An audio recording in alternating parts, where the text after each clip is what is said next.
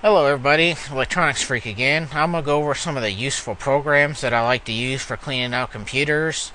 The three main ones that I use are Antivirus, Malwarebytes, Anti-Malware, and Super Anti-Spyware.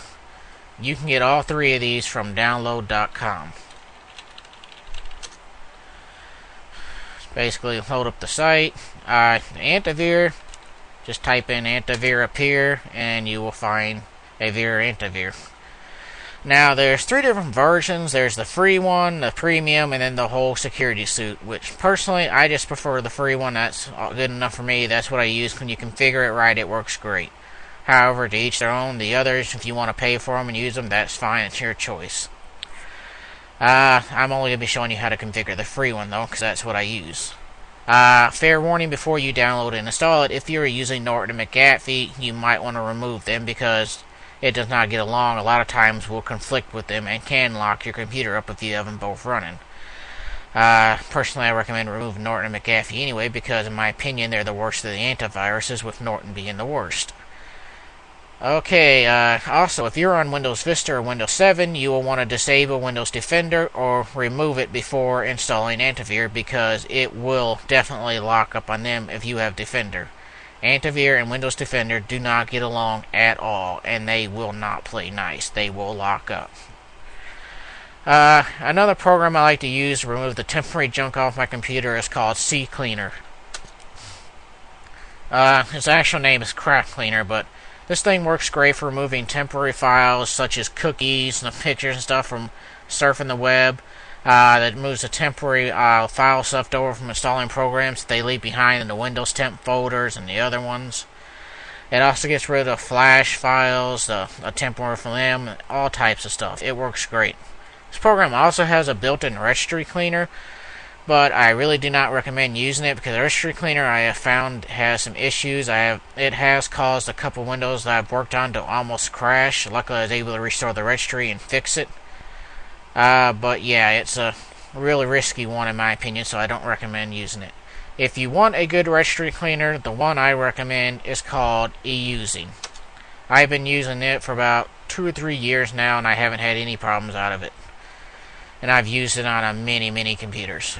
But this is the program I use for cleaning out the registry. Now, if you got some stubborn files that will not delete, there are two different programs I use to remove them. One is Killbox, which you can get here, or you can get here, and it looks like this. Basically, the file you can't get to delete, put its path and location into here, and then use one of these options, whichever you want to use, to get rid of it. And if for some reason this program cannot get rid of it, I'll show you another one that usually works as well, called Unlocker. I usually get it from this guy's site. If this program has more options, kind of like Killbox and steroids, it has some more advanced options. If this does not work, you can use some boot CDs such as BART-P or Ultimate Boot CD for Windows.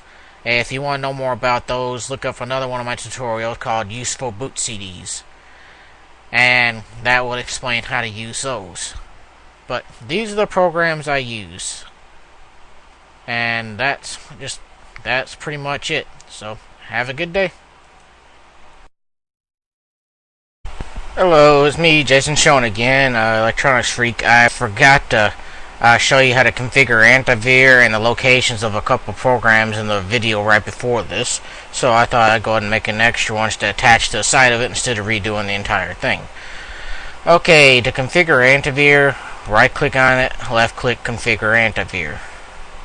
Once that pops up, check the box beside expert mode, expand scanner, then expand scan, then click on scan to highlight it if it's not highlighted already. Go over here, check the circle beside all files, go to the right, make sure all these are checked. Next, go to action on detection, check the circle beside automatically, set primary action to repair, set secondary action to delete. Now, if you're worried by any chance you have some important files that you think this thing might hit, you can click copy file to quarantine before action. That way anything it gets rid of will have a backup. Moving on, go to Archives. Check the box beside all archive types and make sure all these over here to the right are checked. Move down to Heuristics.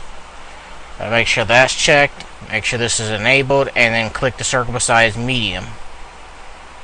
Go down here, Expand Guard, then Expand Scan. Click All Files, Scan with Reading and Writing, and check the box beside Scan Archives. Then move down to Heuristics. Make sure that's checked, make sure that's checked, and then click the circle beside Medium. If you by any chance have a folder of programs, certain things like password finders or tools that you know will set off an antivirus, you can put them all in a location and then put the location in here in the exceptions.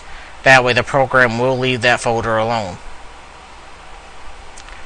Okay, now to show you where to get Malwarebytes and Super Anti-Spyware, since I forgot to show you in the last video. Once again, they're at download.com. To find Malwarebytes, just type Malwarebytes up here, and then scroll down. It'll be the first one there usually. Once you have it, and there's no configuration I use for it except the default, just do a full scan instead of a quick one. Super Anti-Spyware, just type in Super Anti-Spyware and it'll be close towards the bottom. And there was no configuration I use that one either. I just use a full system scan. Okay.